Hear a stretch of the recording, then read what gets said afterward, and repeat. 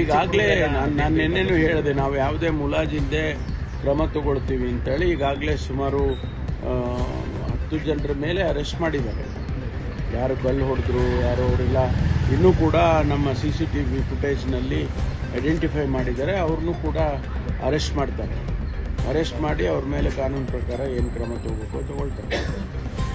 Sir, 3 ಕೇಸಲ್ಲಿ CM clean chit ಕೊಟ್ಟಿದ್ದಾರೆ sir. ಅವಧಿಯ CM ಆಗುವ ಆ ಮೂಲಕ ದಾಖಲೆ ಬರೆಯುವ ಇಚ್ಛೆ ಇದೆ ಅಂತ ನಿನ್ನೆ ಯಾರು CM ಅರಸು ಅವ್ರಿಗಿಂತಲೂ ಹೆಚ್ಚು ಅವಧಿಯ CM ಆಗುವ ದಾಖಲೆ ಮಾಡೋ ಇಚ್ಛೆ ಇದೆ. ಇಲ್ಲ, ಈಗ ನಾನು ಕೂಡ ಮೊನ್ನೆ ಹೇಳಿಕೆಗಳನ್ನು ಕೊಟ್ಟಿದ್ದೇವೆ. ನಮಗೆ ಚುನಾವಣೆ ಶಾಸಕರು ಚುನಾವಣೆ ಮಾಡಿ CLP ನಾಯಕರನ್ನು ಆಯ್ಕೆ ಮಾಡಿದರು, ಮಾನ್ಯ ಸಿದ್ದರಾಮಯ್ಯ. ಆ ಸಂದರ್ಭದಲ್ಲಿ ನಮ್ಗೆ ಯಾರು ಏನು ಹೇಳಲಿಲ್ಲ, ನೀವು 2.5 ವರ್ಷಕ್ಕೆ ಮಾತ್ರ ಆಯ್ಕೆ ಮಾಡ್ತಾ ಇದ್ದೀವಿ, ಅವ್ರನ್ನ 2.5 ವರ್ಷಕ್ಕೆ ಬದಲಾಯಿಸ್ತೀವಿ ಅಂತ ಏನು ಹೇಳಿಲ್ಲ.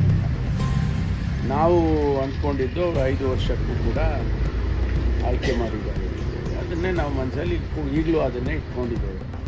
ಸೊ ಹಾಗಾಗಿ ಅವರಿಗೆ 5 ವರ್ಷ ಕಂಪ್ಲೀಟ್ ಮಾಡಿದ್ರೆ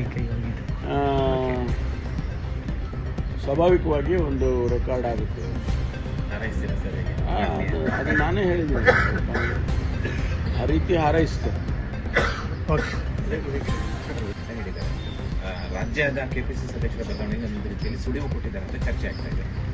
ಗೊತ್ತಿಲ್ಲ ನನಗೆ ಅದ್ರ ಬಗ್ಗೆ, ನಾನು ಯಾವುದನ್ನು ಪ್ರತಿಕ್ರಿಯೆ ಮಾಡೋಕ್ಕೆ ಹೋಗಲ್ಲ. ಯಾಕೆಂದರೆ ಹೈಕಮಾಂಡ್ ಡಿಸಿಷನ್ಸ್ಗಳು ಯಾವ ರೀತಿ ಇರ್ತವೆ ಅದನ್ನು ನಾವೆಲ್ಲರೂ ಕೂಡ ಅದನ್ನು ಒಪ್ಕೊಳ್ತೀವಿ. ಯಾವ ರೀತಿ ನಮ್ಮ ರಾಜ್ಯದ ಏನು ಡಿಸಿಷನ್ ತೊಗೊಂತಾರೆ ಅದು ಅವ್ರಿಗೆ ಬಿಟ್ಟಿದ್ದೀವಿ. ಚರ್ಚೆ ನಡೀತಾ ಇದೆ ಸರ್, ಗೊತ್ತಿಲ್ಲಪ್ಪ. ನಾನು ಯಾವುದ್ರಲ್ಲೂ ಕೂಡ ಚರ್ಚೆನಲ್ಲಿ ಭಾಗವಹಿಸಿಲ್ಲ. ನಿನ್ನೆ ಖರ್ಗೆ ಅವರು ಹೇಳಿರೋದು ಸಂಚಲನ ಅಲ್ಲ, ಅವರು ಇಡೀ ಹೊಸ ನಮ್ಮ AICC ಕಚೇರಿ ಆದಮೇಲೆ AICCಯನ್ನು ರೀಶಫಲ್ ಮಾಡಬೇಕು ಅನ್ನೋದು ಭಾಳ ದಿವಸದಿಂದ ಚರ್ಚೆ ನಡೀತಾ ಇದೆ. ಅದು ಆ ಅರ್ಥದಲ್ಲಿ ಅವರು ಹೇಳಿರ್ಬೋದು ಅಂತ ಅಂದ್ಕೊಳ್ತೀನಿ. ಈಗಾಗಲೇ ನಾವು ಅನೇಕ ಚುನಾವಣೆಗಳನ್ನು ನಾವೆಲ್ಲ ಸೋತಿದ್ದೇವೆ. ಹರಿಯಾಣದಲ್ಲಿ ಸೋತಿದ್ದೇವೆ, ಮಹಾರಾಷ್ಟ್ರದಲ್ಲಿ ಸೋತಿದ್ದೇವೆ, ಡೆಲ್ಲಿಯಲ್ಲಿ ಸೋತಿದ್ದೇವೆ. ಅದಕ್ಕೆ ಪಕ್ಷ ಸಂಘಟನೆ ಬಗ್ಗೆ ಅವರು ಬಹುಶಃ ಅವರ ಹಂತದಲ್ಲಿ ಚರ್ಚೆ ಮಾಡಿರ್ಬೋದು. ಅದಕ್ಕಾಗಿ ಆ ರೀತಿ ಸ್ಟೇಟ್ಮೆಂಟ್ಗಳು ಕೊಟ್ಟಿದ್ದಾರೆ.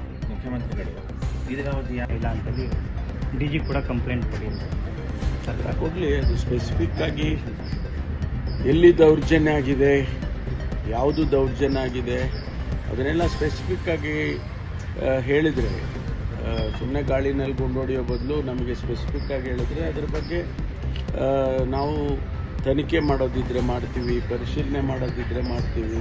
ಅದಕ್ಕೇನು ಕ್ರಮ ತಗೋಬೇಕೋ ತಗೊಳ್ತೀವಿ. ಸುಮ್ಮನೆ ದೌರ್ಜನ್ಯ ಮಾಡ್ತಿದ್ದಾರೆ ಅದು ಅಂತ ಹೇಳಿ ಗಾಳಿಗೆ ಗುಂಡು ಹೊಡೆದ್ರೆ ಅದರಿಂದ ಏನು ಪ್ರಯೋಜನ ಇಲ್ಲ. ಖರ್ಗೆ ಅವರು ಸರ್ 2-3 ರಾಜ್ಯಗಳ ಅಧ್ಯಕ್ಷರ ಬದಲಾವಣೆ ಆಗಿದೆ, ಇನ್ನೂ 2-3 ರಾಜ್ಯಗಳ. ಮತ್ತಷ್ಟು ಸುದ್ದಿಗಳಿಗಾಗಿ ನೋಡ್ತಾ ಇರಿ ಪಬ್ಲಿಕ್ ನ್ಯೂಸ್ 24x7. ಇದು ಸತ್ಯದ ಧ್ವನಿ.